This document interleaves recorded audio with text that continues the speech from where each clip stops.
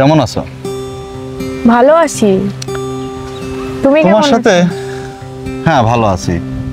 দীর্ঘ 5 বছর পরে দেখা হলো। বিয়ে শাদী করেছো?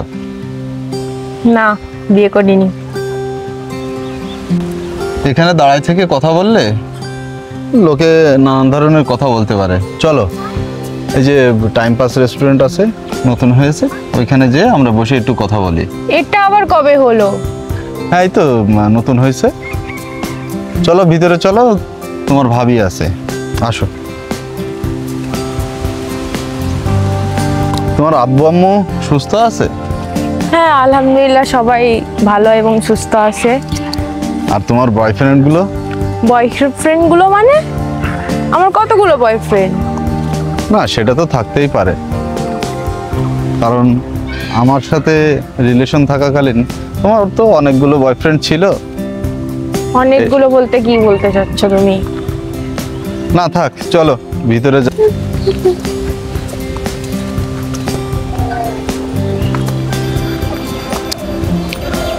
আসো, আমরা একটু এখানে বসি। বসো।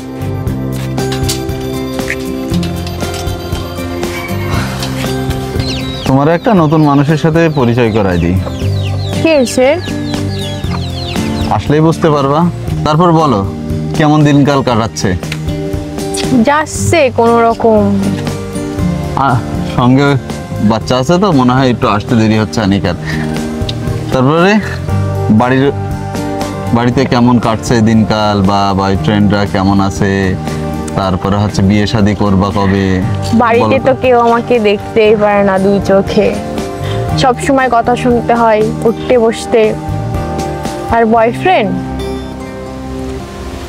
সেটা তোমারে এখন আমি বলতে পারবো না। আচ্ছা, তো বাড়িতে তোমার দেখতে পারে না কেন? সেটা তুমি খুব ভালো করেই জানো হয়তো। আচ্ছা আচ্ছা, তার মানে তুমি বলতে চাচ্ছ আমার সাথে ব্রেকআপের পর থেকে তোমার বাড়িতে তোমার আর দেখতে পারে না? হ্যাঁ, সেটাই। আচ্ছা, যাক, অন্তত তোমার বাড়িতে তো মানুষ আমাকে পছন্দ করে। মাঝে একদিন দেখলাম একটা ছেলের সাথে। কোন ছেলে? ওই যে একটা রেস্টুরেন্টের ভিতরে তুমি আর একটা ছেলে। ছেলেটাকে চিনি না। আচ্ছা, ইদানিং তোমারে কোনো খোঁজ খবর পাওয়া যায় না, ফোন করলি ধরো না, কি সমস্যা কি?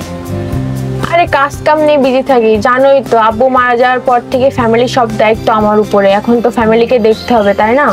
এই কারণে সময় পাই না।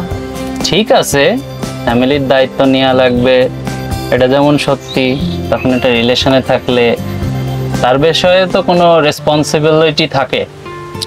হ্যাঁ, সেটা তো থাকে, কিন্তু ফ্যামিলির দায়িত্বটা একটু বেশি, তো এই জন্য আর কি টাইম দিতে পারি না তোমারে। তার মানে এই না যে ফোনটাও রিসিভ করব না, তার টাচে থাকবো না। কি বলবো বলো? সময় না পাইলে? সময় পাই না আমি। এটা একটা অজুহাত মাত্র। আমি কেন তোমাকে অজুহাত দেব? সেটা তুমিই ভালো জানো। বাবা নেই এখন, তা সবার দায়িত্ব তো আমার ঘাড়ের উপরে, তাই না? সব মানছি, আমি তো আগেই বললাম যে ফ্যামিলি ক্রাইসিস থাকবে, রেসপন্সিবিলিটিও থাকবে। তারপরেও রিলেশন মানে একটা কমিটমেন্ট, একটা রেসপন্সিবিলিটি তার উপরেও থাকে, সে বিষয়েও একটু নজরদারি করতে হয়। যাই হোক, যেহেতু আমারই ভুল, নেক্সট টাইম থেকে আর হবে না। ঠিক আছে, দেখা যাক। আসলে তুমি আমার আগের সম্পর্কে তো কিছু জানো না, তা আমি আজকে তোমাকে সবকিছু বলতে চাই। আমি মনে করি যে তোমাকে বলাটা সব থেকে বেটার আর কি। তো আমি আজকে তোমাকে সবকিছু বলবো। ঠিক আছে, তোমার অতীত সম্পর্কে জানা তো প্রয়োজন। তাহলে এখান থেকে আমরা উঠি, একটু বাইরে যেয়ে বসি। চলো বাইরে যাই, একটু বসি।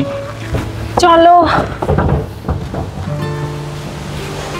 আচ্ছা, কোথায় বসবা?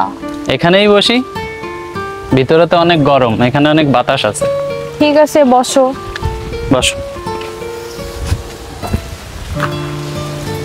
তখন তো আমার ফ্যামিলি বিয়ের কথা বলতেছিল, কিন্তু আমার বয়ফ্রেন্ডের তো তখন চাকরি ছিল না, এই জন্য আমার বয়ফ্রেন্ডের সাথে আমার ফ্যামিলি বিয়ে দিতে চাচ্ছিল না। কিন্তু এখন দেখো, ও অনেক বড় হয়েছে, অনেক বড় একটা জব করে, কিন্তু ও আজ আমার সাথে নেই। চলো ওই সামনের ওই রুমে আনিকা বসে আছে, ওইখানে যেয়ে আমরা দেখা করে আসি। আনিকা, এই দেখো তোমার সাথে কারে দেখা করতে নিয়ে আসছি। কারে দেখা করতে নিয়ে আসছো? চিনতে পারছো না? দেখো তো চিনতে পারো কিনা। এই তো সেই বেঈমানটা। এইখানে কি করছিস? হয়তোবা তার বয়ফ্রেন্ডের সাথে দেখা করতে এসছে, তাই আমি তোমার কাছে নিয়ে আসলাম। কেন, ওর না বিয়ে হয়ে যাওয়ার কথা ছিল, বিয়ে হয়েই যাচ্ছিল, তো এখনো বয়ফ্রেন্ড আছে? এখনো সে বিয়ে করেনি। ও আচ্ছা আচ্ছা, তার মানে তোমাকে বিয়ে না করার জন্যই কি বিয়ের ব্যাপারটা ছিল, এরকম কিছু? হতে পারে। তো এখনো বিয়ে টিয়ে করো না কেন?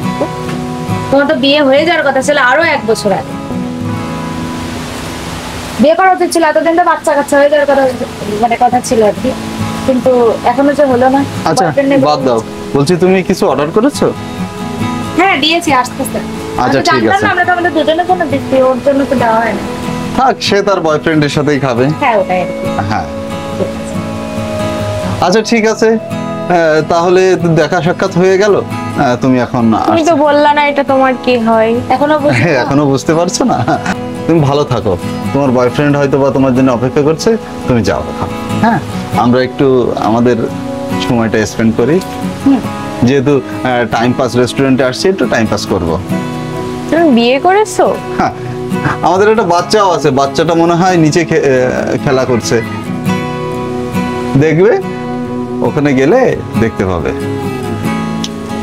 আর কিছু বলার আছে প্লিজ যাও তাহলে আপু। যাই হোক, সে আমার বোনটা কোথায়? বয় মানে গার্লফ্রেন্ডে পেয়ে কি মানে আমার বোনটারে ভুলে আরে বাদ দাও তো, আছে মনে হয় আশেপাশে, একটু ডাক দাও। এই প্রিয়া, খুঁজে না এসে যাও। প্রিয়া এদিকে আয়। আর ছেলে তো নিচেই খেলা করছে, খেলা করতে থাকুক। হ্যাঁ, হ্যাঁ ও করুক, এখানে ভালো প্লেস আছে। আরে আমার সুন্দরী শালি, কি ব্যাপার, কোথায় ঘুরে বেড়াচ্ছ? নাকি বয়ফ্রেন্ড পেয়ে গেছে? হ্যাঁ, না ওরা আমার বয়ফ্রেন্ড কোথা থেকে? আর আরে না, সেটা তুমি বোন হিসেবে তোমার সামনে বলবে নাকি? আচ্ছা চলো, আমাদের মনে হয় দিয়ে দিয়েছে, আমরা উঠে যে বসি, চলো। চলো।